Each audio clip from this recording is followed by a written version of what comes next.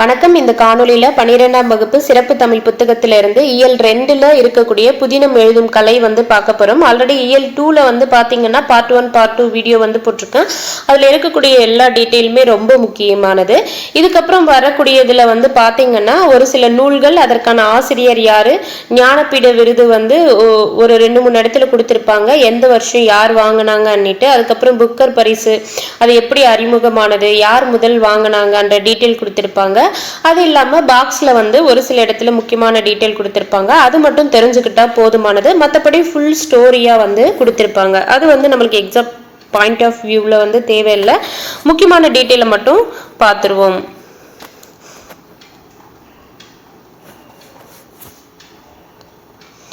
So புதினங்கள் அப்படின்றது எப்படி புதினம் அப்படின்னு பெயர் வந்ததுன்னு கொடுத்திருக்காங்க பாருங்க. நாவலா அப்படின்றது ஒரு இத்தாலிய மொழி சொல்.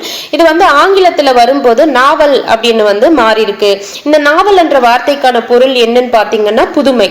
நாவல் என்ற வார்த்தைக்கான பொருள் புதுமை. அதனால நாவலை புதினம் அப்படின்னு அழைக்கிறாங்க. புதினத்தை வேற எப்படி அழைக்கிறாங்கன்னா புனைக்கதை அப்படின்னு அழைக்கிறாங்கன்றத குறிப்பிட்டிருக்காங்க. புதினம் புனைக்கதை என்னும் பெயரும் பெற்றது. தற்காலத்துல புதினம் எப்படி திகழ்தன்னு பாத்தீங்கன்னா கவிதையின் கற்பனை அழகுகளையும் உணர்ச்சி வெளிப்பாடுகளையும் உரைநடை மூலம் தருகின்ற சிறந்ததொரு கலை வடிவமாக புதினம் திகழ்கிறது. ஆரம்ப கட்டத்துல பாத்தீங்கன்னா பேச்சு வழக்குல எல்லாம் எதுவுமே இருக்காது. ஃபுல்லா செய்யுள் வடிவம், செய்யுள்னா கவிதை வடிவத்துல தான் இருந்திருக்கும். பட் அதுக்கப்புறம் ஐரோப்பியர்கள் வருகைக்கு பின்னாடிதான் பாத்தீங்கன்னா இந்த உரைநடை, நம்ம உரையாடுறோம் இல்லையா, பேசுறதுதான் உரையாடல், உரைநடை அப்படின்னு சொல்லுவோம். அந்த பாங்குல கவிதை கற்பனை அழகு கொண்டு, அதாவது கவிதையின் கற்பனை அழகுகளையும் உணர்ச்சி வெளிப்பாடுகளையும் உரைநடை மூலம் தருகின்ற சிறந்ததொரு கலை வடிவம் தான் புதினம் அப்படின்னு மாறி திகழ்கிறது சொல்றாங்க. புதினம்னாவே புனைக்கதை, கற்பனை நிறைய அதுல கலந்திருக்கும். அதனாலதான் அது புனைக்கதை என்ற பெயரும் பெற்றதுன்றதையும் குறிப்பிட்டிருக்காங்க. குறும்புதினங்கள் சிறுகதையின் போக்கிலிருந்து சற்று மாறுபட்டது. சிறுகதை அப்படின்றதையும் கேள்விப்பட்டிருப்போம். அதுல இருந்து கொஞ்சம் மாறுபட்டதான் குறும்புதினங்கள் அப்படின்னு சொல்றாங்க. இவ்வகை புதினங்கள்னா இந்த குறும்புதினங்கள் புதினங்களாகவும் இல்லாமல் சிறுகதைகள் போலவும் இல்லாமல் அமையும் ஒரு வகை புனைக்கதை இலக்கியம் அப்படின்ட்டு யார் சொல்றாங்கன்னா பிரெஞ்சு திறனாய்வாளர்கள் சொல்றாங்க. சோ பிரெஞ்சு திறனாய்வாளர்கள் குறும்புதினத்தை பத்தி என்ன சொல்றாங்கன்னா புதினங்களாகவும் இருக்காதா, சிறுகதைகள் போலவும் இல்லாம ஒரு வகை புனைக்கதை இலக்கியம் தான் குறும்புதினம் பிரெஞ்சு திறனாய்வாளர்கள் குறிப்பிடுறாங்க. புதினத்தில் இருந்து அளவால் சுருங்கியதாக இருந்தாலும் இது புதினத்தின் ஒரு பிரிவாகும். குறும்புதினங்கள் பேர்லவே தெரியுது இல்லையா, புதினம் குறும்புதினம்னா குட்டி புதினம். அப்போ அதனுடைய அளவுல சுருங்கி இருக்கு, இருந்தாலும் இது ஒரு புதினத்தினுடைய ஒரு பிரிவு தான் அப்படின்ட்டு குறிப்பிடுறாங்க. புதின இலக்கியங்களில் இருந்து குறும்புதினங்கள் வேறுபடுவதற்கு அடிப்படை காரணமாக கதைக்கரு வெளிப்படுத்தும் முறை அமைகிறது. சோ புதினத்தில இருந்து எங்க குறும்புதினங்கள் வேறுபட்டு காணப்படுதுன்னு பாத்தீங்கன்னா கதைக்கரு. இப்போ நம்ம ஒரு படமே பாக்குறோம்னா அது ஒரு ஒரு கருவை பேஸ் பண்ணி தான் அந்த கதையே உருவாக்குவாங்கன்றத கேள்விப்பட்டிருப்போம் இல்லையா. சோ எந்த ஒரு இதுனாலும், எந்த ஒரு டிராமா எதுவா இருந்தாலும் அதுக்கு ஒரு கன்க்ளூஷன் இருக்கும்.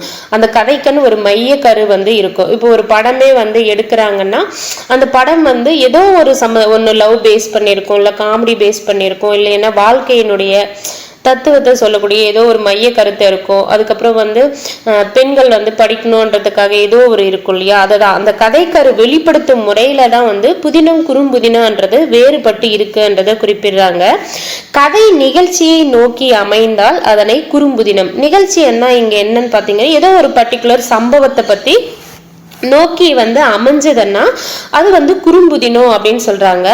நிகழ்ச்சிக்கு அப்பால் கதைக்கரு அமைந்தால் அதனை புதினம் என்றும் கூறலாம். சோ ஒரு சம்பவத்துக்கு அதுக்கப்புறம் அதை தாண்டி ஒரு கதைக்கரு அமைந்ததுன்னா அதனை புதினம் அப்படின்னு குறிப்பிடுறாங்க. குறும்புதினம்னா ஒரு நிகழ்ச்சின்னா ஒரு பர்டிகுலர் ஒரு சம்பவம், ஒரு நிகழ்ச்சியை பத்தி நோக்கி அமைந்தா அது குறும்புதினம். அதே அந்த நிகழ்ச்சிக்கு அப்பால் கதைக்கரு அமைந்ததுன்னா அதனை புதினம் அப்படின்னு குறிப்பிடுறாங்க. சிறுகதையிலிருந்து மாற்றம் பெற்ற புனைக்கதை வடிவம் தான் குறும்புதின இலக்கியம் என்றதையும் குறிப்பிட்டிருக்காங்க. ஸோ இந்த பேஜில் முக்கியமான டீட்டெயில் என்ன, இந்த பாக்ஸ் மட்டும்தான், இதை மட்டும் ஒரு வாட்டி ரிவைஸ் பண்ணிடுவோம். நாவலான்றது இத்தாலிய மொழி சொல், அது ஆங்கிலத்தில் எப்படியா மாறி இருக்கு, நாவல் அப்படின்னு மாறி இருக்கு. நாவல் என்ற வார்த்தைக்கான பொருள் வந்து புதுமை. நாவலை வந்து வேற எப்படி அழைக்கலாம்னா புதினம் அப்படின்னு அழைக்கலாம். புதினத்தை வந்து வேற எப்படி, நாவல்னா புதினம், புதினம் வேற எப்படி அழைக்கலாம்னா புனைக்கதை அப்படின்னும் அழைக்கலாம். குறும்புதினங்கள் எந்த போக்கிலிருந்து சற்று மாறுபட்டவைன்னா சிறுகதையின் போக்கிலிருந்து சற்று மாறுபட்டவை. புதினத்திலிருந்து அளவால் சுருங்கியதாக இருக்கிறது எதுன்னா குறும்புதினம். புதினத்தின் ஒரு பிரிவு தான் வந்து குறும்புதினம். கதை நிகழ்ச்சியை நோக்கி அமைந்தா அது என்னன்னு சொல்லுவோம்னா குறும்புதினம் அப்படின்னு சொல்லுவோம். நிகழ்ச்சிக்கு அப்பால் கதைக்கரு அமைந்தால் அதனை வந்து புதினம் அப்படின்னு குறிப்பிடுறோம். புதினம் குறும்புதினம் அப்படின்ட்டு எதை பேஸ் பண்ணி வந்து வேறுபடுத்துறோம் அப்படின்னு பார்த்தீங்கன்னா அதனுடைய அடிப்படை காரணமாக இருக்கக்கூடிய கதைக்கரு வெளிப்படுத்துற முறையை பொறுத்து தான் வந்து அது புதினமா குறும்புதினமா அன்ட்டு வேறுபடுத்தி காட்டுறாங்க. அடுத்து வந்து பாருங்க, சரியான விடையை தேர்ந்தெடுத்து எழுதுக. தமிழின் முதல் புதினமாக அறியப்படுவது எதன்னா பிரதாப முதலியார் சரித்திரம். மாயூரம் வேதநாயக்கர் அவர்கள் வந்து ஏற்றிருப்பாரு. வாழ்வியல் நிகழ்வுகளின் தொகுப்பு பார்வையாக உரைநடையில் எழுதப்படுவது எதுன்னு பாத்தீங்கன்னா புதினம். வாழ்வியல் நிகழ்வுகளின் தொகுப்பு பார்வையாக உரைநடையில் எழுதப்படுவது வந்து புதினம். கீழே இருக்கக்கூடியவற்றில் வந்து சாகித்ய அகாடமி விருது பெறாத புதினம் எதுன்னு கேட்டிருக்காங்க, ரத்தம் ஒரே நிறம். ஸோ வானம் வசப்படும் வந்து பிரபஞ்சன் அவர்கள் ஏற்றியது 1995 வந்து சாகித்ய அகாடமி விருது வாங்கியிருப்பாரு.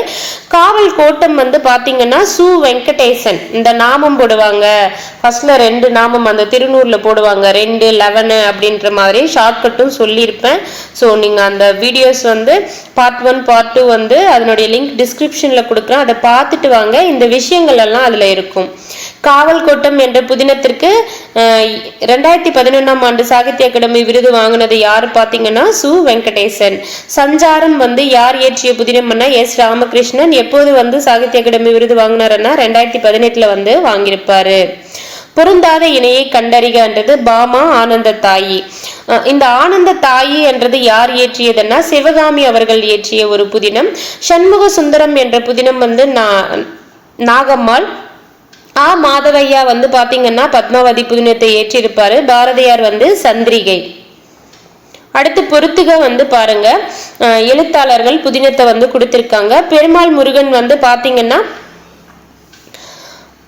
பெருமாள் முருகன் வந்து நிழல் முற்றம். டி செல்வராஜ் வந்து பாத்தீங்கன்னா தோல். சோ தர்மன் அவர்கள் வந்து பாத்தீங்கன்னா கூகை. ராஜன் கிருஷ்ணன் வந்து வேருக்கு நேர். நம்ம புதிய புத்தகத்திலேயே தமிழ் புத்தகத்துல புது புக்ல வந்து கொடுத்திருப்பாங்க ராஜன் கிருஷ்ணன் வந்து வேருக்கு நீர்ன்றது. மீதி எல்லாமே புதுசா படிக்கிறது தான். ஸோ பார்த்துக்கோங்க. ஆல்ரெடி வந்து சாகித்ய அகாடமி விருது பெற்ற நூல்கள்ல இது எல்லாமே இருக்கு. ஸோ ஆல்ரெடி பார்ட் 1 பார்ட் 2 இந்த இயர்ல இருந்து போட்டிருக்குன்னு சொன்னேன் இல்லையா, அதுல எல்லா டீட்டெயிலும் இருக்கு, ஷார்ட்கட்டும் சொல்லியிருப்பேன். லட்சியவாத புதினம் வந்து பாத்தீங்கன்னா அகல் விளக்கு. லட்சியவாத புதினம் எதுன்னா அகல் விளக்கு. அகல் விளக்கு யார் ஏற்றிருப்பாங்கன்னா மு வரதராசன் அவர்கள் வந்து ஏற்றிருப்பாரு. வரலாற்று புதினம் வந்து பாத்தீங்கன்னா பொன்னியின் செல்வன் கல்கி அவர்கள் வந்து ஏற்றிருப்பாங்க. முற்போக்கு புதினம் வந்து பாத்தீங்கன்னா பஞ்சும் பசியும். முற்போக்கு புதினம் வந்து பஞ்சும் பசியும். வட்டார வழக்கு புதினம் வந்து பாத்தீங்கன்னா அறுவடை. வட்டார வழக்கு புதினம் வந்து அறுவடை. பின்வரும் கூற்றுகளில் தவறானவற்றை சுட்டுக. கதை தழுவிய காப்பியங்களே புதினங்களாக மாற்றம் பெற்றன. கதை தழுவிய காப்பியங்கள் தான் என்னாச்சு, புதினங்களாக மாற்றம் பெற்றன. முதன்மையான புனைக்கதை கலைக்கூறுகளில் ஒன்று கதை பின்னல். முதன்மையான புனைக்கதை கலைக்கூறுகள்ல ஒன்றுதான் வந்து கதை பின்னல். வரலாற்று நிகழ்வுகளை அடிப்படையாக கொண்டு எழுதப்படுபவை வந்து என்னன்னு பாத்தீங்கன்னா வரலாற்று புதினங்கள். வாழ்வின் பல்வேறு இயல்புகளையும் சிக்கல்களையும் விரித்து சொல்வதற்கு புதினம் ஏற்ற வடிவம். ஸோ தவறானது எதுன்னு பாத்தீங்கன்னா ஈயும் 3 4 தவறானவை. பின்வரும் கூற்றுகளில் சரியானவற்றை தேர்ந்தெடுக்கன்றாங்க. 1 3 சரியானது. கதாபாத்திரம் தனது எண்ண ஓட்டங்களாக கதை நிகழ்வுகளை நினைத்து பார்க்கும் வடிவத்தில் கதை அமைவது வந்து நனவோடை முறை. நனவோடை முறை என்னன்னு பாத்தீங்கன்னா கதாபாத்திரம் தனது எண்ண ஓட்டங்களாக கதை நிகழ்வுகளை நினைத்து பார்க்கும் வடிவத்தில் கதை அமைவதுதான் வந்து நனவோடை முறை. நனைவோடை முறை என்ன, ஓடை வந்து அப்படியே போயிட்டே இருக்கும் இல்லையா, அது போல அந்த கதையை வந்து படிக்கும் போது அந்த நீர் இந்த நீரோடை போல வந்து இந்த ஆற்று நீர் பொருட்கள் வந்து படிச்சிருப்போம் இல்லையா, ஆற்று நேரா போற மாதிரி அடுத்தடுத்த லைன் படிக்கும் போது பொருள் புரியும். அதே போலதான் இந்த கதையும் அப்படி அமையறது தான் வந்து நனவோடை முறை அப்படின்னு சொல்லுவாங்க. புதினம் வாழ்வின் ஒரு துளியை, ஒரு புள்ளியை, ஒரு தரப்பை மட்டும் சொல்ல வந்த வடிவம் அல்ல. வடிவம் அப்படின்னு கொடுத்திருக்காங்க, வடிவம் அல்லன்னு வரணும். புதினம் வாழ்வின் ஒரு துளியை, ஒரு புள்ளியை, ஒரு தரப்பை மட்டும் சொல்ல வந்த வடிவம் வந்து இல்லை, வடிவம் அல்ல. உறுதியான கதை மாந்தர் அடையும் மாற்றமே புதினத்திற்கு நாடகத்தன்மையை தருகிறது. ஒரு புதினம் அதன் வாசிப்பின் பயனாக வாசகனுக்கு ஒரு ஒட்டுமொத்த பார்வையை அளிக்க வேண்டும். ஒரு புதினம்னா அந்த புதினத்தை வாசிக்கிறது மூலயமா அந்த வாசகனுக்கு ஒரு ஒட்டுமொத்த பார்வையை வந்து புதினம் வந்து கொடுக்கணும், அளிக்க வேண்டும். ஸோ சரியானவைன்னு பார்த்தீங்கன்னா 1, 3. எழுத்தாளனின் படைப்பாளுமையை நிர்ணயிக்கும் அளவீடு எதுன்னு பார்த்தீங்கன்னா மொழிநடை. எழுத்தாளனின் படைப்பாளுமையை நிர்ணயிக்கும் அளவீடு எதுன்னா மொழிநடை. கதையின் போக்கில் எதிர்கால கற்பனைகள் விவரிக்கப்படுவது வந்து முன்னோக்கு முறை. இந்த ஆப்ஷனுக்கு மட்டும் வந்து எல்லாத்துக்கும் டீட்டெயில் சொல்றேன் பாருங்க. முன்னோக்கு முறை எதிர்கால கற்பனைகள்னா இப்போ ஒரு நம்ம மூவி பார்ப்போம் இல்லையா, மூவி வந்து கனவு காணுவாங்க, இதுக்கப்புறம் ஃபியூச்சர்ல இதெல்லாம் நடக்க போற மாதிரி வந்து இந்த கனவு வர்ற மாதிரி எல்லாம் காட்டுவாங்க இல்லையா, அதுதான் வந்து முன்னோக்கு முறை அப்படின்னு சொல்றாங்க. அடுத்த ஆப்ஷன் பாருங்க, பின்னோக்கு முறை அப்படின்னா என்னன்னு பாத்தீங்கன்னா, இப்ப நம்ம படத்திலேயே பிளாஷ்பேக் போட்டு காட்டுவாங்கல்ல, 10 வருஷத்துக்கு முன்னாடி இதெல்லாம் நடந்தது அப்படின்னுட்டு, இதுதான் வந்து பின்னோக்கு முறை. நனவோடை முறை என்ன கொஞ்சம் முன்னாடி வந்து பார்த்தோம் இல்லையா, ஓடை நீர் எப்படி போதோ அது போல வந்து அந்த கதை வந்து அடுத்தடுத்து அமைறது தான் வந்து நனவோடை முறை.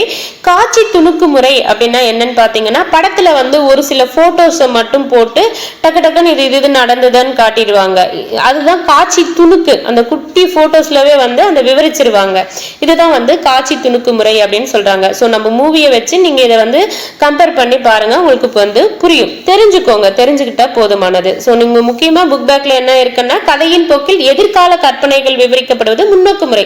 முன்னாடி என்ன நடக்கும், எதிர்காலம் பண்ணாவே முன்னோக்கு தானே, ஸோ முன்னோக்கு முறை. அடுத்து வந்து பாத்தீங்கன்னா கல்மரம் ஜி திலகவதி. ஸோ இவங்க வந்து பாத்தீங்கன்னா சாகித்ய அகாடமி விருது வந்து 2005 வந்து இந்த புதினத்திற்காக வாங்கியிருப்பாங்க. இது எப்படி ஞாபகம் வச்சுக்கிறீங்கன்னா, நான் அதை சொல்லும் போது இதை அப்படியே படிச்சு ஞாபகம் வச்சுக்கோங்கன்னு சொல்லியிருப்பேன் அந்த சாகித்ய அகாடமி விருதுகள் போட்டப்போ. பட் இதுக்கு என்ன ஈஸியா எப்படி ஞாபகம் வச்சுக்கிறீங்கன்னா, நம்மளுக்கு எல்லாருக்குமே தெரியும் தகவல் அறியும் உரிமை சட்டம் எப்போது வந்ததுன்னா 2005 வந்து வந்தது. அப்போ வந்து திலகவதி வந்து கல்மரம் என்ற புதினத்திற்கு சாகித்ய அகாடமி விருது வாங்கினாங்க என்ற மாதிரி ஞாபகம் வச்சுக்கோங்க. இது எப்படி ஞாபகம் வச்சுக்கலாம், இதெல்லாம் ஞாபகம் இருக்குமான்னு உங்களுக்கு யோசனை வரும். கண்டிப்பா ஞாபகம் இருக்குங்க. இல்ல உங்களுக்கு 2005 ஃபேமஸா வேற ஏதாவது டீட்டெயில் தெரியும், இல்ல உங்க சொந்தக்காரங்களுக்கு ஏதாவது 2005 முக்கியமானது உங்களுக்கு ஞாபகம் 2005 சம்பந்தமா ஏதாவது ஞாபகம் இருந்தா அதை வந்து கம்பேர் பண்ணி படிச்சு பாருங்க, கண்டிப்பா மறக்கவே மறக்காது. தகவல் அறியும் உரிமை சட்டம் வந்து 2005 தான் கொண்டு வந்திருப்பாங்க. அதுக்கப்புறம் நீதிமன்றங்களும் வந்து 2005 தான் கொண்டு வந்திருப்பாங்க. ஸோ அதே அந்த வருஷத்துல தான் திலகவதியும் வந்து கல்மரம் என்ற புதினத்திற்காக சாகித்ய அகாடமி விருது வந்து வாங்கியிருக்காங்கன்றதை கம்பேர் பண்ணி படிச்சு ஞாபகம் வச்சுக்கோங்க. ஸோ இதுல ஸ்டோரியா கொடுத்துருப்பாங்க, இதெல்லாம் நம்மளுக்கு எதுவுமே தேவையில்லை. உங்களுக்கு நேரம் இருந்தா, நேரம் போகணும் அப்படின்னு நினைச்சீங்கன்னா, எப்பாச்சும் உங்களுக்கு படிக்க மூடு இல்லைன்னா நீங்க இதை எடுத்து கூட இந்த கதை என்னன்று கூட வாசிச்சு பார்த்துக்கோங்க. அடுத்து வந்து பெரிய ஸ்டோரி, நிறைய பக்கங்கள் இருக்கு. ஸோ இதை அப்படியே ஸ்கிப் பண்ணிட்டு அடுத்து வந்து முக்கியமான டீட்டெயில் மட்டும் படிச்சிருவோம்.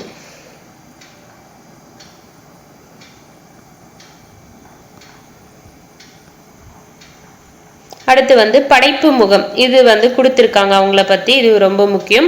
ஜி திலகவதி அவர்கள் வந்து பாத்தீங்கன்னா தமிழக காவல்துறையின் முதல் பெண் தலைமை இயக்குனராக பணியாற்றிருக்காங்க. ஸோ தமிழக காவல்துறையில முதல் பெண் தலைமை இயக்குனராக வந்து யார் பணி செஞ்சிருக்காங்கன்னா ஜி திலகவதி அவர்கள். தமிழின் சிறந்த எழுத்தாளராக வந்து அறியப்படுறாங்க இவங்க. பெண்கள் சமூகத்தின் பல தளங்கள்ல எதிர்கொள்ளக்கூடிய அடக்குமுறைகளை வந்து பிரதிபலிப்பவை இவரது படைப்புகள் அப்படின்னு கொடுத்திருக்காங்க. இவங்க வந்து பாத்தீங்கன்னா சிறுகதைகள், குறும்புதினங்கள், புதினங்கள், கவிதைகள், கட்டுரைகள், மொழிபெயர்ப்புகள் என 60க்கும் மேற்பட்ட படைப்புகளை வந்து படைத்திருக்காங்க. எத்தனைக்கும் மேற்பட்ட படைப்புகளை படைத்திருக்காங்கன்னா 60க்கும் மேற்பட்ட படைப்புகளை வந்து படைத்திருக்காங்க. ஒரு பதிப்பாளராக விளங்கி இவங்க வந்து ஸ்டார்டிங்ல வந்து ஒரு பதிப்பாளர், பதிப்பிக்கக்கூடிய இதுல இருந்து சிறந்த உலக இலக்கியங்களை தமிழுக்கு வந்து அறிமுகப்படுத்தியிருக்காங்க. இது வந்து ரொம்ப முக்கியம். இது வந்து ஹெல்லோல கூட ஹைலைட் பண்ணிக்கோங்க. யார் வந்து ஒரு பதிப்பாளராக விளங்கி சிறந்த உலக இலக்கியங்களை தமிழுக்கு அறிமுகப்படுத்தியவங்க யாருன்னு பார்த்தீங்கன்னா ஜி திலகவதி அவர்கள். ஜி திலகவதி அவர்கள். ஸோ இந்த பேஜில் இதில் வந்து முக்கியமானதுன்னா ஆல்ரெடி மேலே வந்து பார்த்தோம் இல்லையா, கல்மரம் அப்படின்ட்டு. ஸோ அதை வந்து ஏற்றியவங்க யாருன்னு பார்த்தீங்கன்னா ஜி திலகவதி. அதுக்கு எப்போ வந்து சாகித்ய அகாடமி விருது வாங்கினாங்கன்னா 2005. அதையும் இங்கே கொண்டு வந்து சைட்லேயே இங்கே வந்து நோட் பண்ணிக்கோங்க. தமிழக காவல்துறையின் முதல் பெண் தலைமை இயக்குனர் யாருன்னு பார்த்தீங்கன்னா ஜி திலகவதி. தமிழின் சிறந்த எழுத்தாளராக அறியப்படுபவர். சேம் டைம் வந்து 60க்கும் மேற்பட்ட படைப்புகளை வந்து ஜி திலகவதி வந்து படைத்திருக்காங்க. யார் வந்து ஒரு பதிப்பாளராகவும் விளங்கி சிறந்த உலக இலக்கியங்களை தமிழுக்கு அறிமுகப்படுத்தினாங்கன்னா ஜி திலகவதி அவர்கள். அடுத்து வந்து பாருங்க மாறுதல். மாறுதல் யார் ஏற்றிருக்காங்கன்னா அசோகமித்திரன். ஸோ இது எப்படி ஞாபகம் வச்சுக்கிறீங்கன்னா, அசோகன்ற ஒரு ஃப்ரெண்ட் இருக்கான். அவன் வந்து டக்குன்னு மாறிடுவான், டக்குன்னு மாறிட்டே இருப்பான். அசோகன் வந்து டக்குன்னு மாறிட்டே இருப்பான். அப்போ அசோகமித்திரன் மாறிடுவான். மாறுதல் அப்படின்றத ஞாபகம் வச்சுக்கோங்க. ஸோ இந்த ஸ்டோரி வந்து நம்மளுக்கு தேவையில்லைங்க, அதனால முக்கியமான டீட்டெயில் மட்டும் பார்ப்போம். ஸோ இதில் வந்து இவரை பற்றி கொடுத்துருக்காங்க பாருங்கள். அசோகமித்திரனுடைய இயற்பெயர் என்னன்னு பார்த்தீங்கன்னா ஜா தியாகராஜன். அசோகமித்திரனுடைய இயற்பெயர் வந்து தியாகராஜன். ஸோ இது எப்படி ஞாபகம் வச்சுக்கிறீங்கன்னா, நம்ம புது புக்கில் வந்து கொடுத்துருப்பாங்க. என்ன கொடுத்துருப்பாங்கன்னா அப்பாவின் சிநேகிதர் என்ற இதுவை வந்து ஏற்றியவங்க யாருன்னா அசோகமித்திரன் கொடுத்துருப்பாங்க. சேம் டைம் அதில் வருஷமும் கொடுத்துருப்பாங்க. 1996 இதற்காக சாகித்ய அகாடமி விருது வாங்கினாங்கன்ட்டு அந்த டீட்டெயில் இதிலேயே பாருங்க, பாக்ஸில் எண்ணில் கொடுத்துருக்காங்க. அப்போ வந்து இதை அந்த கோர்வையாவே ஞாபகம் வச்சுக்கோங்க. அப்பாவுடைய நண்பர், சிநேகிதர்னா நண்பர் தானே, அப்பாவுடைய சிநேகிதர் வந்து அசோகமித்திரன். நம்ம ஆல்ரெடி புது புக்கில் படிச்சிருப்போம், அதனால அதை வச்சு சொல்றேன்.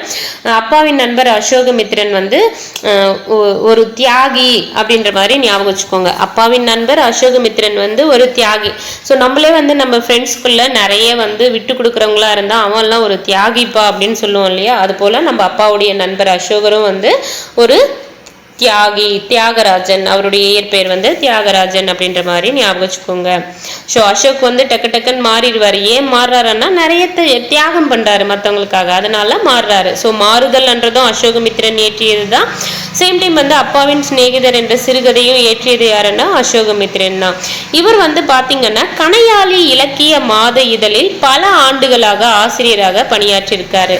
ஸோ எந்த இதழில் வந்து பல வருஷம் ஆசிரியராக பணிபுரிஞ்சிருக்காருன்னா கணையாளி என்ற இலக்கிய மாத இதழ். இது வந்து மாத இதழ். கணையாளி என்றது ஒரு மாத இதழ்.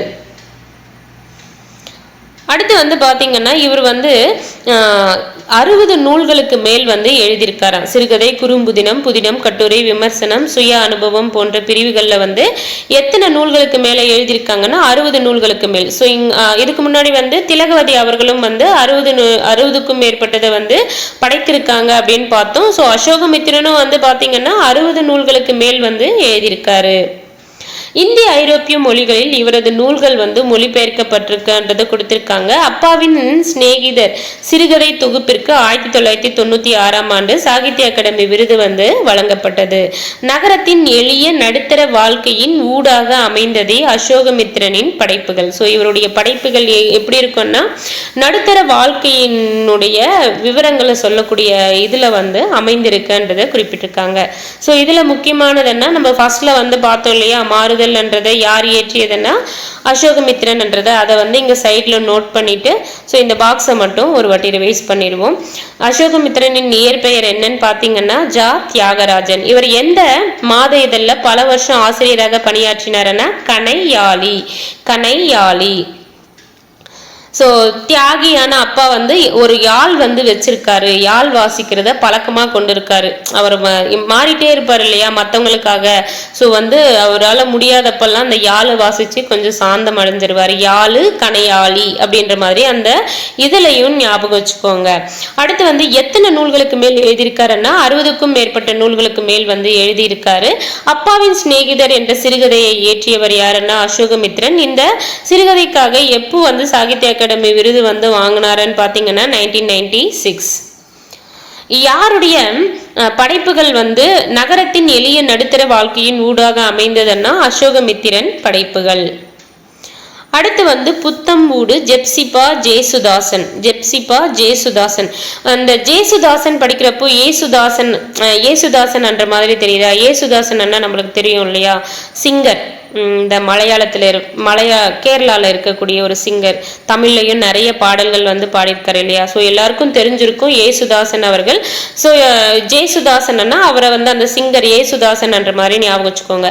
அவருக்கு பாட வாய்ப்பு கிடைச்சதுமே என்ன பண்ணியிருப்பாங்க, புத்தம் வீடு வந்து கட்டியிருப்பாங்க, புது வீடு கட்டியிருக்காரு. அவர் வந்து நிறைய பாடல் பாடி புது வீடு. இப்பவே நம்மளே என்ன பண்ணுவோம், எக்ஸாம்ல பாஸ் ஆயிட்டு நல்ல வேலை கிடைச்சி நல்ல சேலரி கிடைச்சா என்ன பண்ணுவோம், நல்ல வீடு புது வீடு. எல்லாருக்குமே மெயினா நல்ல ஒரு வீடு கட்டணுமப்பா அப்படின்னு ஒரு ஆசை இருக்கும். ஸோ அதே போல அவரும் வந்து அந்த சிங்கிங் வாய்ப்பு கிடைச்சதுமே ஒரு வீடு புது வீடு கட்டியிருக்காரு. புது வீடு புத்தம் வீடு. யாரு? ஏசுதாசன். பட் ஜேசுதாசன் ஹெப்சிபா ஜேசுதாசன் என்றதை ஞாபகம் வச்சுக்கோங்க. புத்தம் வீடு.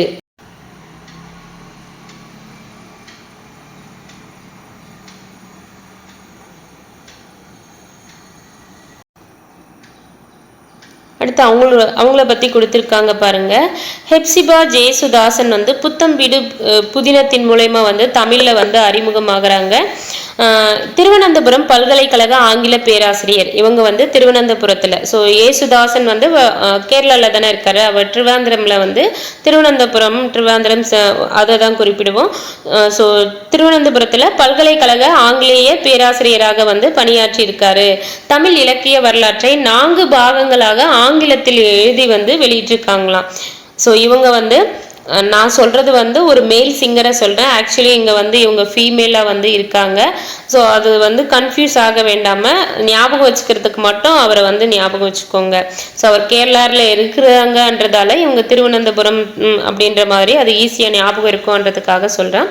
திருவனந்தபுரம் பல்கலைக்கழக ஆங்கில பேராசிரியராக பணியாற்றியிருக்காங்க. தமிழ் இலக்கிய வரலாற்றை 4 பாகங்களாக ஆங்கிலத்தில் வந்து எழுதி வெளியிட்டிருக்காங்க. தமிழ் இலக்கிய வரலாற்றை 4 பாகங்களாக ஆங்கிலத்தில் எழுதி வெளியிட்டவங்க யாருன்னா ஹெப்சிபா ஜேசுதாசன். தமிழில் 4 புதினங்களும் ஆங்கிலத்தில் பாரதியாரின் குயில் பாட்டை வந்து மொழிபெயர்த்திருக்காங்க. ரொம்ப ரொம்ப முக்கியம். பாரதியாரின் குயில் பாட்டை வந்து ஆங்கிலத்துல மொழிபெயர்த்தவங்க யாரு அப்படின்னு பாத்தீங்கன்னா ஹெப்சிபா ஜேசுதாசன். இவங்க வந்து கவிதைகள், கட்டுரைகள், சிறுவர் இலக்கியங்கள் எல்லாம் படைச்சிருக்காங்க. 2002 திருவனந்தபுரம் தமிழ்ச்சங்கம் இவங்களுக்கு வந்து பாத்தீங்கன்னா விளக்கு விருது வந்து வழங்கியிருக்காங்க. ஸோ ஜேசுதாசன் அவர்களுக்கு திருவனந்தபுரம் தமிழ்ச்சங்கம் வந்து என்ன விருது வழங்கியிருக்காங்க? விளக்கு விருது. எந்த வருஷம்னா 2002. விளக்கு விருது 2002 வந்து வழங்கியிருக்காங்க. ஸோ இதில் முக்கியமானதுன்னு பார்த்தீங்கன்னா இதுதான். புத்தம் வீடு என்ற புதினத்தை ஏற்றியவங்க யாருன்னா ஹெப்சிபா ஜேசுதாசன். இவங்க எங்கே வந்து ஆங்கில பேராசிரியராக பணியாற்றினாங்கன்னா திருவனந்தபுரம் பல்கலைக்கழகத்தில். தமிழில் 4 புதினங்கள் வந்து படைத்திருக்காங்க. பாரதியாரின் குயில் பாட்டை வந்து ஜேசுதாசன் அவர்கள் எந்த மொழியில் மொழிபெயர்த்தாங்கன்னா ஆங்கிலத்தில் வந்து மொழிபெயர்த்திருக்காங்க. விளக்கு விருது வந்து ஜேசுதாசன் அவர்கள் எந்த வருடம் வாங்கினாங்கன்னா 2002. அது யார் வந்து அந்த விளக்கு விருதை கொடுத்தாங்கன்னா திருவனந்தபுரம் தமிழ்ச்சங்கம் வந்து அவர்களுக்கு வந்து கொடுத்திருக்காங்க. அடுத்து வந்து சாயாவனம் கந்தசாமி. கந்தசாமி. இது இந்த சாயாவனம் என்ற புதினம் வந்து பாத்தீங்கன்னா தஞ்சை மாவட்ட கிராமமான சாயாவனத்தின் பின்னணியில வந்து எழுதப்பட்டதுன்றதை கொடுத்திருக்காங்க. இந்த சாயாவனம் புதினம் வந்து எந்த கிராமத்தின் பின்னணியில எழுதப்பட்டதுன்னா தஞ்சை மாவட்ட பின்னணியில. கந்தசாமி அவர்கள் புது புக்லையும் வந்து கொடுத்திருப்பாங்க இவரை பத்தி டீட்டெயிலு. ஸோ இதுல வந்து அவருடைய புதினம் ஒன்று கொடுத்திருக்காங்க. நேரம் இருக்கிறவங்க படிக்கலாம். பட் எக்ஸாம் பாயிண்ட் ஆஃப் வியூல தேவையில்லை. நீங்கள் படிக்கணும்னு விருப்பப்பட்டீங்கன்னா புதினத்தை வந்து படிச்சுக்கலாம். அடுத்து இந்த பாக்ஸ் வந்து ரொம்ப முக்கியம். சா கந்தசாமி அவர்கள் வந்து பாத்தீங்கன்னா சாயாவனம் புதினத்தின் மூலமா தான் வந்து தமிழ்ல வந்து அறிமுகம் ஆகிறாரு. இவரது படைப்புகள் வந்து பாத்தீங்கன்னா 7 புதினங்கள். 7 புதினங்கள், 11 சிறுகதை தொகுப்புகள், கட்டுரைகள் வந்து வெளிவந்திருக்கு அப்படின்னு சொல்றாங்க. எந்த இதழின் மூலம் இவர் வந்து புகழ் பெற்றிருக்காருன்னு பாத்தீங்கன்னா கசட தப்பர. கசட தப்பர என்ற இதழின் மூலம் பல பேர் வந்து புகழ் பெற்றிருக்கலாம். அந்த புகழ் பெற்றவர்கள்ல இவரும் ஒருவர் என்றதை குறிப்பிடுறாங்க. சுடுமண் சிலைகள் என்ற தமிழக பாரம்பரிய கலைகள் பற்றிய குறும்படம் சர்வதேச விருதை வந்து பெற்றது. இது புது புக்ல ஆல்ரெடி வந்து கொடுத்திருக்காங்க. 6th to 10th நீங்க படிச்சிருந்தீங்கன்னா கண்டிப்பா நீங்க இதை வந்து படிச்சிருப்பீங்க. சுடுமண் சிலைகள் என்ற தமிழக பாரம்பரிய கலைகள் பற்றிய குறும்படம் வந்து யாருடையதுன்னா சா கந்தசாமி அவர்களுடையது. இந்த குறும்படம் வந்து சர்வதேச அளவுல வந்து விருது வந்து வாங்கியிருக்கு. சிற்பி தனபால் ஜெயகாந்தன் அசோகமித்ரன் அப்பாவின் சிநேகிதர் மாறுதல் பார்த்தோம் இல்லையா கொஞ்சம் முன்னாடி. அந்த அசோகமித்ரன் கிட்டையும் ஜெயகாந்தன் அவர்கள்கிட்டையும் சிற்பி தனபால் ஆகியோரோட வாழ்வும் பணியும் பற்றிய குறும்படங்கள் எடுத்துள்ளார். ஆகியோரின் வாழ்க்கையும் பணியும் அவங்களுடைய பணியும் பற்றிய குறும்படங்களை வந்து யார் எடுத்திருக்காங்க? சா கந்தசாமி அவர்கள் வந்து எடுத்திருக்காங்க. 1998ல இவரது விசாரணை கமிஷன் புதினத்திற்கு சாகித்ய அகாடமி விருது வந்து வழங்கப்பட்டது. ஆல்ரெடி வந்து பார்ட் 2 வீடியோ பார்த்துருந்தா தெரிஞ்சிருக்கும். லைசன்ஸ் இல்லைன்னா விசாரணைக்கு கூப்பிட்டு போவாங்க இல்லையா, லைசன்ஸ் என்னாவே 8. 8ல் வந்து முடியும் என்ற மாதிரி சொல்லியிருப்போம். 1998 விசாரணை கமிஷன் புதினத்திற்காக சாகித்ய அகாடமி யார் வந்து வாங்கினாங்கன்னா கந்தசாமி அவர்கள், சா கந்தசாமி அவர்கள் வந்து வாங்கியிருக்காங்க. அடுத்து வந்து பாருங்க புக்கர் பரிசை பத்தி கொடுத்திருக்காங்க. புக்கர் பரிசை வந்து வேற எப்படி சொல்லுவாங்கன்னா புனைவுகளுக்கான மான் புக்கர் பரிசு அப்படின்ட்டு வந்து குறிப்பிடுறாங்கன்றதை சொல்லியிருக்காங்க. ஆங்கில மொழியில எழுதப்படும் சிறந்த முழு நீள புதினங்களுக்கு வழங்கப்படும் ஒரு பரிசு தான் புக்கர் பரிசு. புக்கர் பரிசு வந்து எந்த மொழியில எழுதப்படும் சிறந்த முழு நீள புதினங்களுக்கு வழங்கப்படும் பரிசுன்னா ஆங்கில மொழியில எழுதக்கூடியதுக்கு. காமன்வெல்த் நாடுகள் அல்லது அயர்லாந்து குடியரசை சேர்ந்தவர்களால் எழுதப்படும் புதினங்களுக்கு இப்பரிசு வந்து வழங்கப்படுகிறது. இந்த புக்கர் பரிசு யாருக்கு கொடுப்பாங்க அப்படின்னு பாத்தீங்கன்னா காமன்வெல்த் நாடுகள் வந்து காமன்வெல்த்ல இருக்கக்கூடிய நாடுகளுக்கும் அல்லது அயர்லாந்து குடியரசை சேர்ந்தவர்களால் எழுதப்படும் புதினங்களுக்கு மட்டும்தான் இந்த பரிசு வந்து கொடுப்பாங்க. இந்த புக்கர் பரிசை எப்போ ஸ்டார்ட் பண்ணாங்கன்னா 1968. ரொம்ப ரொம்ப முக்கியம்.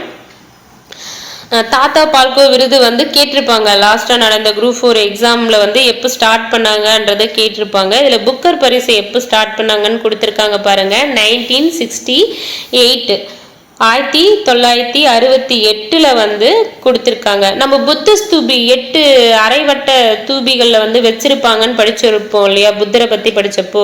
புத்தர் புக்கர் இதையும் அங்க 8 ஸ்தூபின்னு சொல்லியிருப்பாங்க, இங்க 8ல் முடியுது.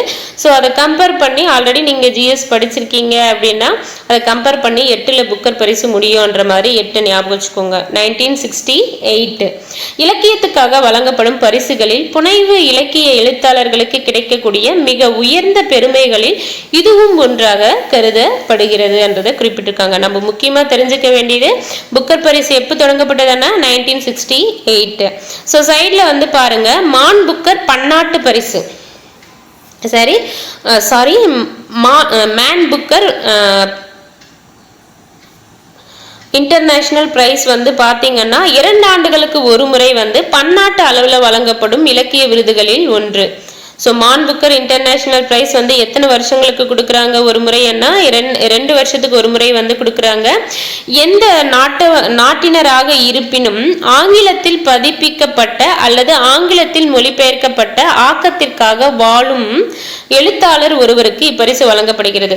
இங்கிலீஷ்ல வந்து ஒன்று இங்கிலீஷ்ல எழுதியிருக்கணும், இல்லை இங்கிலீஷ்ல வந்து அவங்களுடைய நூலை வந்து மொழிபெயர்த்திருக்கணும். மொழிபெயர்த்து அவங்களுக்கு வந்து இது பிடிச்சிருந்து ஓகே அப்படின்னும் போது அவங்களுக்கு வந்து இந்த விருதை வந்து கொடுப்பாங்களாம்.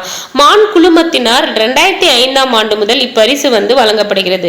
புக்கர் பரிசுன்னா 1968, மேன் புக்கர் இன்டர்நேஷனல் பிரைஸ் 2005. இதுக்கு முன்னாடி 2005 திலகவந்தி வந்து பார்த்தோம் இல்லையா, கல்மரம் 2005ல் தான் வந்து சாகித்ய அகாடமி விருது வாங்கியிருப்பாங்க. இந்த மேன் புக்கர் இன்டர்நேஷனல் பிரைஸும் வந்து எப்போதிலிருந்து வழங்குறாங்க மான் குழுமத்தினரால் அப்படின்னு பாத்தீங்கன்னா 2005ஆம் ஆண்டு முதல் வந்து வழங்கப்பட்டு வருதுன்றதை குறிப்பிடுறாங்க. ஒரு எழுத்தாளரின் தொடர்ந்த புத்தாக்கம், புனைக்கதைகளுக்கு பங்காற்றல் மற்றும் வளர்ச்சிக்காக இப்பரிசு அளிக்கப்படுகிறது. எனவே இது ஒரு எழுத்தாளரின் ஆக்க தகுதிக்கான பரிசாகும் என்றதை குறிப்பிட்டிருக்காங்க. ஸோ இதுல வந்து நம்ம முக்கியமா தெரிஞ்சுக்க வேண்டியது, சாயாவனம் புதினத்தின் மூலமா தமிழ்ல அறிமுகமானவர் யாருன்னு பாத்தீங்கன்னா சா கந்தசாமி. இந்த சாயாவனம் புதினம் வந்து அந்த தஞ்சையை அடிப்படையாக கொண்டது. எத்தனை புதினங்கள் வந்து இவர் படைத்திருக்காரு சா கந்தசாமி அண்ணா? 7 புதினங்கள். எத்தனை சிறுகதை தொகுப்புகள்னா 11 சிறுகதை தொகுப்புகள். சா கந்தசாமி அவர்கள் வந்து எந்த இதழின் மூலம் புகழ் பெற்றார் அப்படின்னு பாத்தீங்கன்னா கசட தப்பர. சுடுமண் சிலைகள் என்ற தமிழக பாரம்பரிய கலைகள் பற்றிய குறும்படனம் சர்வதேச விருதை வந்து பெற்றது. அதை யார் இயற்றியதுன்னா சா கந்தசாமி அவர்கள் இயற்றினார். சா கந்தசாமி அவர்கள் வந்து யாருடைய வாழ்க்கை பணியை பற்றி குறும்படங்கள் எடுத்திருக்காங்க அப்படின்னு பாத்தீங்கன்னா, இதையும் வந்து எல்லோ கலர்லவே ஹைலைட் பண்ணிக்கோங்க. சிற்பி தனபால், ஜெயகாந்தன், அசோகமித்ரன் ஆகியோருடைய வாழ்க்கையும் பணியையும் பற்றிய குறும்படங்களை வந்து எடுத்திருக்காங்க. விசாரணை கமிஷன் என்ற புதினத்திற்கு சாகித்ய அகாடமி விருது வந்து சா கந்தசாமி அவர்கள் எப்போது வாங்கினாருன்னா 1998 வந்து வாங்கியிருக்காரு. புக்கர் பரிசை வேற எப்படி அழைக்கிறாங்கன்னா புனைவுகளுக்கான மான் புக்கர் பரிசு அப்படின்னு அழைக்கிறாங்க. இந்த புக்கர் பரிசு எப்போது வந்து கொடுக்க தொடங்கினாங்கன்னா 1968 வந்து ஸ்டார்ட் பண்ணாங்க. யாருக்கு வந்து கொடுப்பாங்கன்னா காமன்வெல்த் நாடுகள் அல்லது அயர்லாந்து குடியரசு சேர்ந்தவங்களுக்கு வந்து கொடுப்பாங்க. மேன் புக்கர் இன்டர்நேஷனல் பிரைஸ் வந்து எந்த வருஷத்துல இருந்து கொடுக்குறாங்கன்னா 2005ஆம் ஆண்டு முதல் வந்து இந்த பரிசை வந்து கொடுக்குறாங்க. எத்தனை ஆண்டுகளுக்கு ஒரு முறை கொடுக்கப்படுதுன்னா 2 ஆண்டுகளுக்கு ஒரு முறை. இது யாருக்கு கொடுப்பாங்கன்னா எந்த நாட்டை சேர்ந்தவங்களா இருந்தாலும் ஆங்கிலத்துல வந்து அவங்களுடைய நூலை ஏற்றி இருக்கணும் அல்லது ஆங்கிலத்துல வந்து அவங்க நூலை வந்து மொழிபெயர்த்திருந்தா அவங்களுக்கு வந்து கொடுப்பாங்க. அடுத்து வந்து பாருங்க செம்மீன். செம்மீன் வந்து மலையாளத்துல தான் முதல்ல ஏற்றிருக்காங்க. யார் ஏற்றிருக்காங்கன்னா தகழி சிவசங்கரன் அவர்கள் வந்து ஏற்றிருக்காங்க. தமிழ்ல வந்து யார் ஏற்றிருக்காங்கன்னா சுந்தர ராமசாமி அவர்கள் வந்து ஏற்றிருக்காங்க. இது எப்படி ஞாபகம் வச்சுக்கிறீங்கன்னா, செம்மீன் நம்ம தமிழ்ல இருக்கிறவங்க என்ன சொல்றாங்கன்னா அந்த செம்மீனை சாப்பிட்டா சூப்பரா இருக்கும், சுந்தரமா இருக்கும், அவ்வளவு டேஸ்டா இருக்கும்ன்றத சுந்தரமா இருக்கும் அப்படின்னு சொல்றாங்கன்ற மாதிரி ஞாபகம் வச்சுக்கோங்க. அதே மலையாளக்காரங்க மீனை சாப்பிட்டா நல்லா இருக்கும்னு சொன்னா ஆக்சுவலி அவங்க தான் நல்லா மீன் சாப்பிடுவாங்க. பட் நீங்க ஆப்போசிட்டா ஞாபகம் வச்சுக்கோங்க. அவங்க வந்து மீனை சாப்பிடணும்னா ஐயோ சிவசிவான்னு சொல்லுவாங்க. வெஜிடேரியன் எல்லாம் சிவசிவான்னு சொல்லுவாங்க, சிவசங்கரன் அப்படின்ற மாதிரி ஞாபகம் வச்சுக்கோங்க. செம்மீன் என்ற மலையாள மூலம் ஏற்றியவங்க யாருன்னா தகழி சிவசங்கரன். தமிழ்ல வந்து அது மொழிபெயர்த்தவங்க யாருன்னு பாத்தீங்கன்னா சுந்தர ராமசாமி அவர்கள் வந்து மொழிபெயர்த்திருப்பாரு.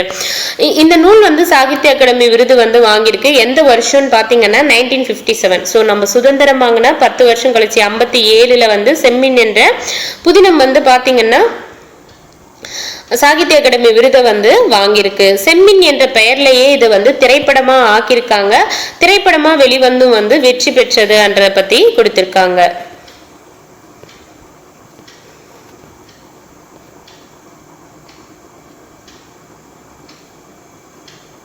படைப்பு முகம். ஸோ இந்த பாக்ஸ்ல இருக்கிறது ரொம்ப முக்கியம். ஞானபீடு விருது பத்தியும் கொடுத்திருக்காங்க, அதுவும் ரொம்ப முக்கியம். தகழி சிவசங்கரன் வந்து பாத்தீங்கன்னா மலையாள மொழியின் யதார்த்த முற்போக்கு எழுத்தாளர்கள்ல முக்கியமானவர் அப்படின்றத குறிப்பிடுறாங்க. மலையாள மொழியில வந்து பாத்தீங்கன்னா 36 நாவல்களையும் 500க்கும் மேற்பட்ட சிறுகதைகளையும் ஒரு நாடகத்தையும் வந்து எழுதியிருக்காங்களாம். 36ன்றதுமே நம்மளுக்கு கவிமணி தேசிக விநாயகனார் வந்து ஞாபகம் வருவாரு. 36 வருஷம் அவர் பள்ளி ஆசிரியராக வந்து பணியாற்றி இருப்பாரு. பட் இவர் வந்து பாத்தீங்கன்னா மலையாள மொழியில வந்து 36 நாவல்களை வந்து படைத்திருக்காங்க. எத்தனை சிறுகதைகள் படைத்திருக்காருன்னா 500க்கும் மேற்பட்ட சிறுகதைகளையும் ஒரு நாடகத்தையும் வந்து எழுதியிருக்காங்க. இந்த லிஸ்டும் வந்து தெரிஞ்சு வச்சுக்கோங்க. நாவல்கள் புதினங்கள் அன்னாலும் சேம் தான். ஸோ 36 நாவல்கள் அன்னாலும் சரி 36 புதினங்கள் அன்னாலும் சரி சிவசங்கரன் தகழி சிவசங்கரன் அவர்கள் ஏற்றிருக்காரு. 500க்கும் மேற்பட்ட சிறுகதை ஒரு நாடகத்தை வந்து படைத்திருக்காரு. கேரளத்தில் முற்போக்கு எழுத்தாளர் சங்கத்தை கேரளத்துல முற்போக்கு எழுத்தாளர் சங்கத்தை வந்து நிறுவிருக்காரு. சோ முற்போக்க சிந்திக்கணும் அப்படின்னு சொல்லுவாங்க இல்லையா, நம்ம பெரியார் எல்லாம் ஒரு முற்போக்குவாதி. சோ எதிர்காலத்துல என்ன நடக்கும்னு அட்வான்ஸா திங்க் பண்றது. முற்போக்கு எழுத்தாளர் சங்கத்தை வந்து நிறுவி நிலைநாட்டியவர் தான் வந்து இந்த தகழி சிவசங்கரன் என்றது கொடுத்திருக்காங்க. அது மட்டும் இல்லாம கேரள சாகித்ய அகாடமி என்ற அமைப்பையும் வந்து தலைமை ஏற்றி திறம்பட நடத்தி இருக்காரு. நம்மளுக்கு சாகித்ய அகாடமி, இந்தியாவினுடைய சாகித்ய அகாடமி நிறுவனம் வந்து தெரியும். பட் கேரளாவில் வந்து பாத்தீங்கன்னா கேரள சாகித்ய அகாடமி என்ற அமைப்பை வந்து தலைமை ஏற்றி திறம்பட வந்து நடத்தி இருக்கிறாரு. ஏணிப்படி என்ற புதினத்திற்கு கேந்திர சாகித்ய அகாடமி விருது வந்து வழங்கப்பட்டது. கேந்திர சாகித்ய அகாடமி விருது வந்து ஏணிப்படி என்ற புதினத்திற்காக வழங்கப்பட்டது. எந்த வருஷம்னு பாத்தீங்கன்னா 1984, 1984ஆம் ஆண்டு இவருக்கு வந்து ஞானபீட விருது வந்து கொடுத்திருக்காங்க. அதாவது ஏணிப்படி என்ற புதினத்திற்கு வந்து கேந்திர சாகித்ய அகாடமி விருது வாங்கியிருக்காரு. சேம் டைம் வந்து இந்த புதினம் இல்ல, பட் ஞானபீட விருது வந்து இந்த இலக்கியத்துல அச்சீவ் பண்றவங்களுக்கு வந்து 1982க்கு அப்புறம் இந்த நூல்கள் எல்லாம் படைக்கிறதுல சிறந்த விளங்குறவங்களுக்கு வந்து ஞானபீட விருது வந்து கொடுப்பாங்க. அப்படி வந்து இவருக்கு எந்த வருஷம் கொடுத்திருக்காங்கன்னா 84ஆம் ஆண்டு வந்து ஞானபீட விருதை வந்து தகழி சிவசங்கரன் அவர்கள் வந்து வாங்கியிருக்காங்க. அடுத்த ஞானபீட விருது பத்தி கொடுத்திருக்காங்க பாருங்க. ஞானபீட விருது என்பது இந்தியாவில் இலக்கியத்துக்காக வழங்கப்படும் உயரிய விருதாகும். நம்ம இந்தியாவில இலக்கியத்துக்காக வழங்கக்கூடிய விருதுகள்லயே உயரிய விருது எதுன்னா ஞானபீட விருது. இது யார் வழங்குறாங்கன்னா பாரதிய ஞானபீடம் என்ற பண்பாட்டு இலக்கிய கழகம் வந்து வழங்குறாங்க. பாரதிய ஞானபீடம் என்ற பண்பாட்டு இலக்கிய கழகம் வந்து வழங்குறாங்க. இது யாரால் வந்து நிறுவப்பட்டதுன்னா 1961, 1961. ஸோ புக்கர் வந்து எப்போ ஸ்டார்ட் ஆச்சுன்னு பார்த்தோம். 1968 வந்து ஸ்டார்ட் ஆச்சு அப்படின்றத பார்த்தோம் இல்லையா. அதே போல ஞானபீட விருது வந்து எப்போ நிறுவப்பட்டதுன்னா 1961. புக்கர் பரிசு வந்து 68 ஸ்டார்ட் பண்ணியிருக்காங்க. ஞானபீட விருது வந்து 61. யார் வந்து தொடங்கியிருக்காங்கன்னா சாகு சாந்தி பிரசாத் ஜெயின். சாகு சாந்தி பிரசாத் ஜெயின் அவர்களால் வந்து அவங்களுடைய குடும்பத்தாரால வந்து நிறுவப்பட்டிருக்குன்றதை கொடுத்திருக்காங்க. நீங்க வந்து இந்த ஞானபீட விருது வந்து பிரசாத், இந்த கோயிலுக்கெல்லாம் போனா புண்ணிய தலங்களுக்கெல்லாம் போனா ஞானம் கிடைக்கும்னு சொல்லுவாங்க இல்லையா. ஞானம் கிடைக்குதோ இல்லையோ பிரசாதம் கண்டிப்பா வந்து கிடைக்கும். அப்போ பிரசாத் ஜெயின் என்ற பேரை வந்து ஞாபகம் வச்சுக்கோங்க. அந்த குடும்பத்தினரால் எப்போ நிறுவப்பட்டதுன்னா 1961. புக்கர்னா 1968, ஞானபீடன்னா 1961 வந்து பிரசாத் ஜெயின், சாகு சாந்தி பிரசாத் ஜெயின் குடும்பத்தினரால் நிறுவப்பட்டது. 1965 முதலாக மலையாள எழுத்தாளர் ஜி சங்கரா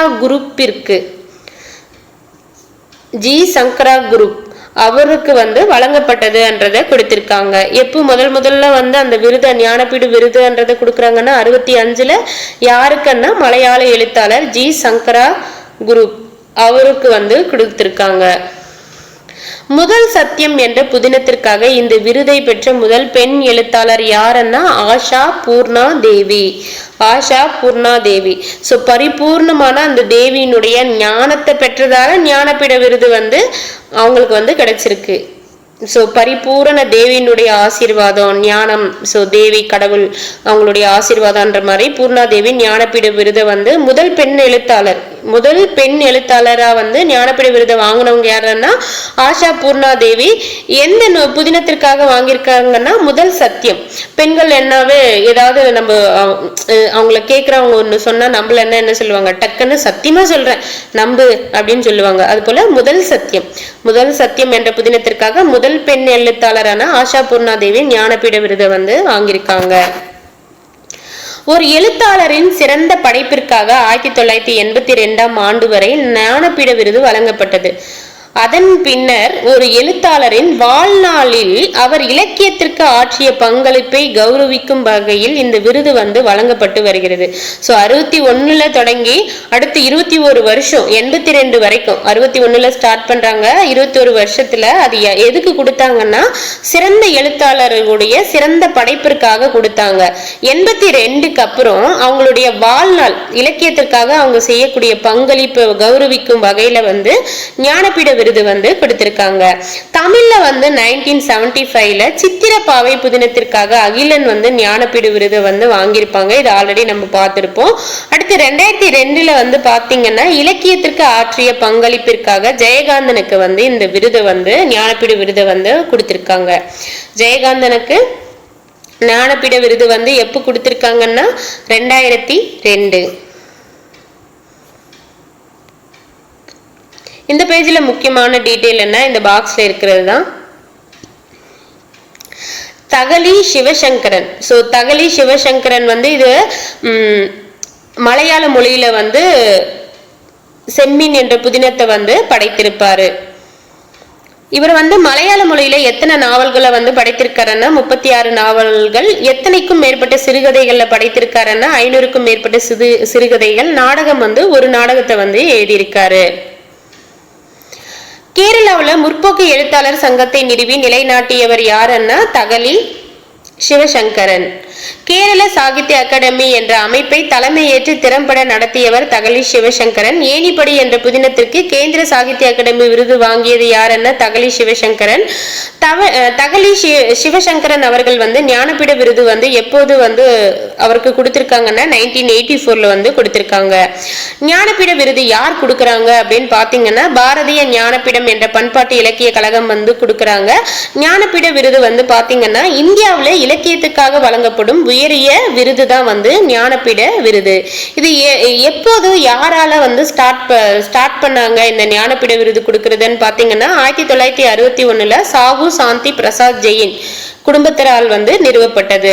முதல்ல இந்த ஞானபீட விருதை வாங்கியவர் யாரு அப்படின்னு பாத்தீங்கன்னா ஜி சங்கரா குரூப். எப்போ வாங்கினாங்கன்னா 1965ல வந்து வாங்கியிருக்காங்க. இவர் வந்து ஒரு மலையாள எழுத்தாளர். ஞானபீட விருதை வந்து பெற்ற முதல் பெண் எழுத்தாளர் யாருன்னு பாத்தீங்கன்னா ஆஷா பூர்ணா தேவி. எந்த புதினத்திற்காக வாங்கினாங்கன்னா முதல் சத்தியம் என்ற புதினத்திற்காக வாங்கினாங்க. 65ல ஞானபீட விருது வாங்குவாங்க ஜி சங்கரா குரூப். அதே 75ல வந்து சித்திரப்பாவை புதினத்திற்காக வந்து பாத்தீங்கன்னா அகிலன் வந்து வாங்கியிருப்பாங்க. 65 வந்து ஜி சங்கரா, 75ல வந்து அகிலன். ஸோ அந்த வருஷமும் அந்த பேர்களும் வந்து ஞாபகம் வச்சுக்கோங்க. 1982 ஆண்டு வரை ஞானபீட விருது வந்து யாருக்கு கொடுத்தாங்கன்னா ஒரு எழுத்தாளரின் சிறந்த படைப்பிற்காக வந்து இந்த விருதை வந்து கொடுத்தாங்க. அதுக்கப்புறம் வந்து அவங்களுடைய வாழ்நாள்ல இலக்கியத்திற்கு ஆற்றிய பங்களிப்பை கௌரவிக்கும் வகையில வந்து இந்த ஞானபீட விருது வந்து 72க்கு அப்புறம் கொடுக்க ஸ்டார்ட் பண்ணாங்க. சித்திரப்பாவை என்ற புதினம் யாருடையதுன்னா அகிலன். அந்த புதினத்திற்காக 1975 ஆண்டு ஞானபீட விருது வந்து அவருக்கு வந்து கிடைத்தது. ஜெயகாந்தன் வந்து ஞானபீட விருது வந்து ஜெயகாந்தனுக்கு எப்போ வழங்கினாங்கன்னா 2002. அடுத்து வந்து பாத்தீங்கன்னா தாய் என்ற புதினத்தினுடைய இது வந்து ரஷ்யால இருந்து ஏற்றப்பட்டது, ரஷ்ய மூலம். இது யார் ஏற்றினாங்கன்னா மார்க்கிசம் கார்கி. ஸோ நம்மளுக்கு கார்கி தெரியும் இல்லையா, வைரமுத்துவினுடைய மகன் கார்கி அவர்கள் சமையல் லிரிக்ஸ் எல்லாம் இதுவரை. ஸோ அவரை ஞாபகம் வச்சுக்கோங்க. கார்கி, டாய் கார் என்ற மாதிரி அந்த சேர்த்தி சொன்னா டாய் கார் குழந்தைங்களுக்கு வாங்கி கொடுக்குற டாய் கார் என்ற மாதிரி வரும். பட் தாய் என்ற இது வந்து ரஷ்யால வந்து ரஷ்ய மூலத்துல எழுதுறாங்க. யாருன்னா மார்க்கிசம் கார்கி. தமிழ்ல வந்து யார் வந்து மொழிபெயர்க்கிறாங்கன்னா தோமுசி ரகுநாதன் அவர்கள் வந்து மொழிபெயர்க்கிறாங்க. தமிழ்ல வந்து ரகுநாதன். உலகம் முழுவதும் பதிப்பிக்கப்பட்டு கோடிக்கணக்கானவர்களால் வாசிக்கப்படும் புதினம் தான் வந்து கார்கியின் தாய் என்ற புதினம் என்றதை குறிப்பிட்டிருக்காங்க.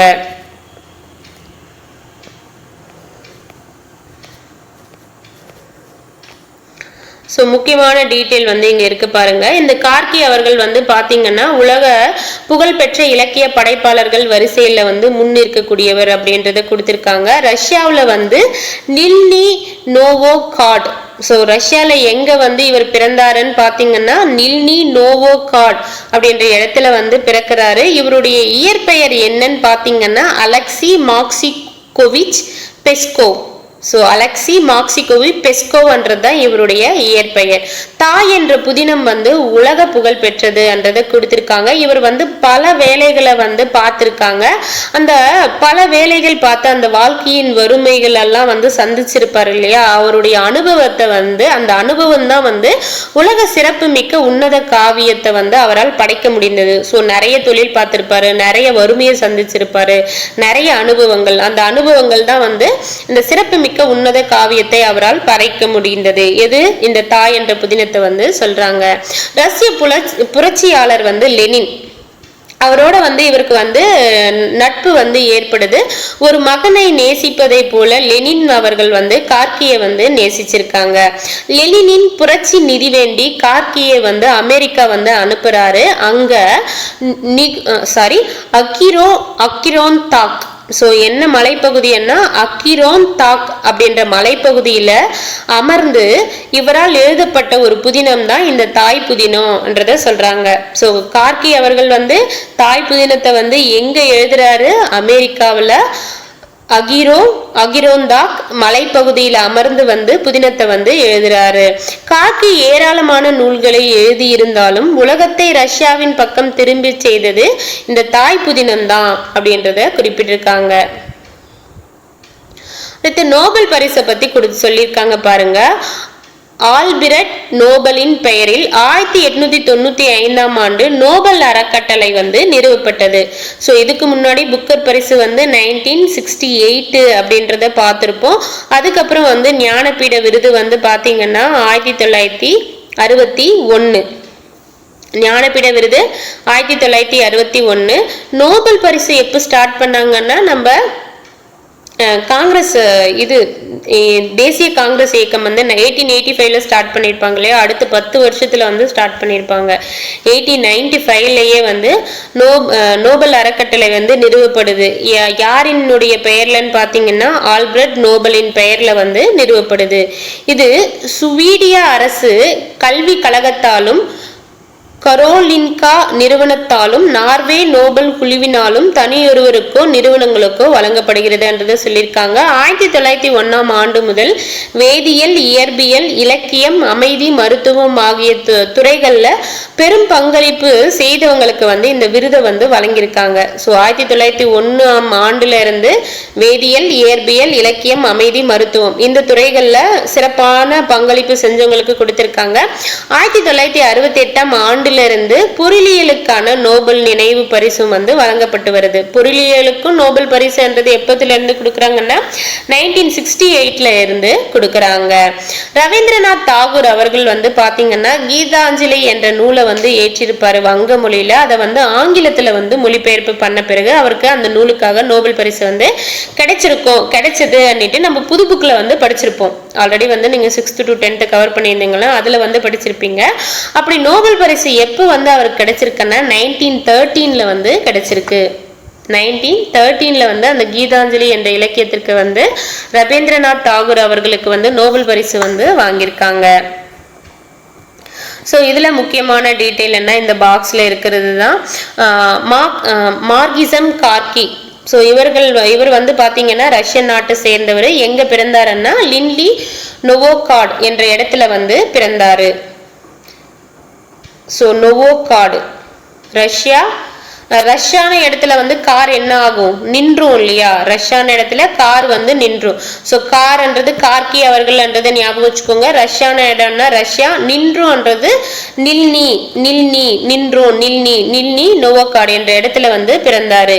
இவருடைய இயற்பெயர் வந்து என்னன்னு பார்த்தீங்கன்னா அலெக்சி மார்க்சிகோவிச் பெஸ்கோவ்.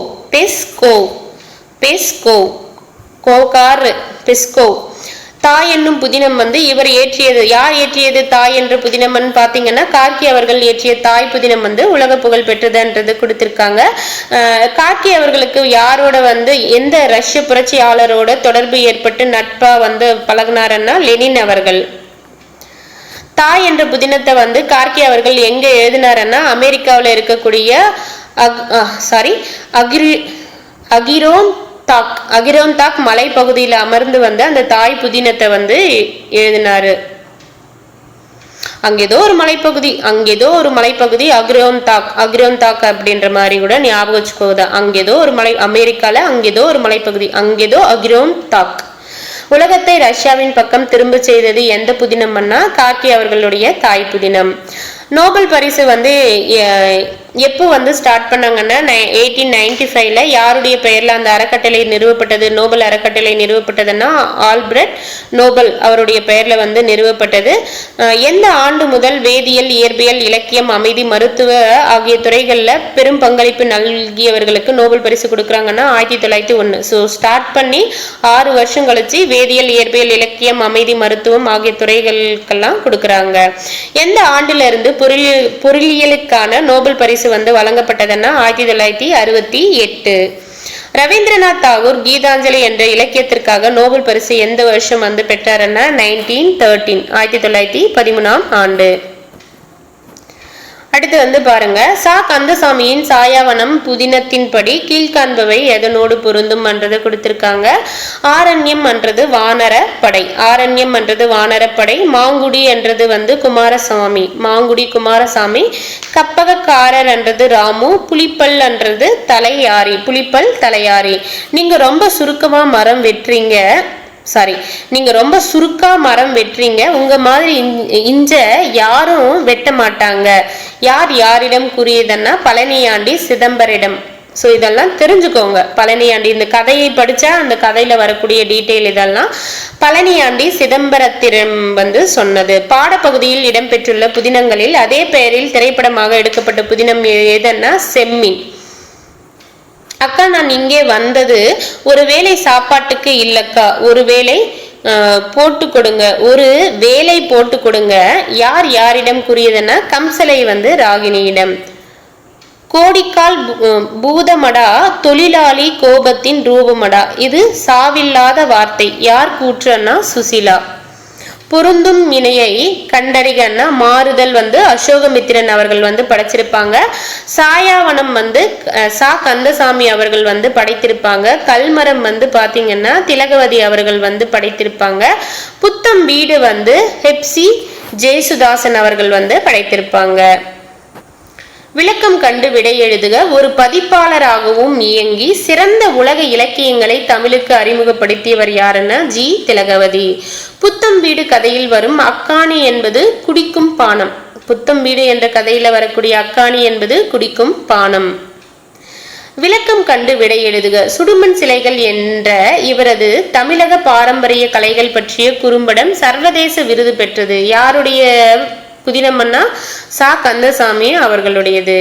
ஒழுக்கம் இருக்குதே அதுதான் பொன்னே பெருசு, மரக்காத்தி ஒழுக்கம்தான் மரக்கானுக்கு சொத்து.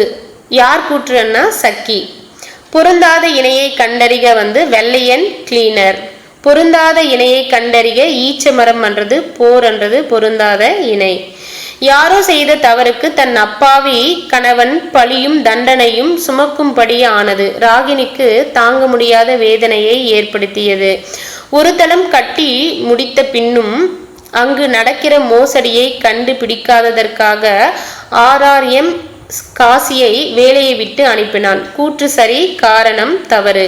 நீங்க அவளுக்கு சொந்த அக்காவா? இங்கு அவளுக்கு என்பது யாரை குறிக்கும்னா நிர்மலா.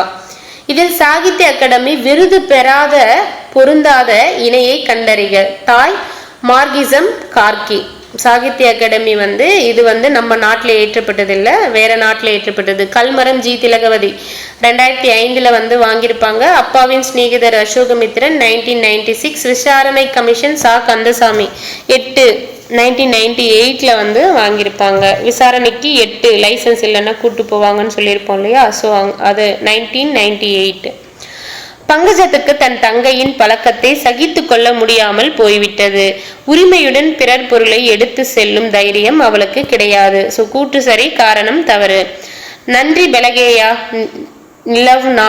ஆனால் கம்பெனி காலெல்லாம் குத்துமே. இதில் பெலகேயா நிலவ்னா யாருன்னா தாய். கணையாளி இலக்கிய மாத இதழில் பல ஆண்டுகளாக ஆசிரியராக பணியாற்றியவர் யாருன்னா அசோக மித்திரன். பாரதியாரின் குயில் பாட்டை ஆங்கிலத்தில் மொழிபெயர்த்தவங்க யாருன்னா ஹெப்சிபா ஜெயசுதாசன். மார்கிசம் கார்கி பிறந்த ஊரான நில்னி நோவோகார்ட் உள்ள நாடு எதுன்னா ரஷ்யா.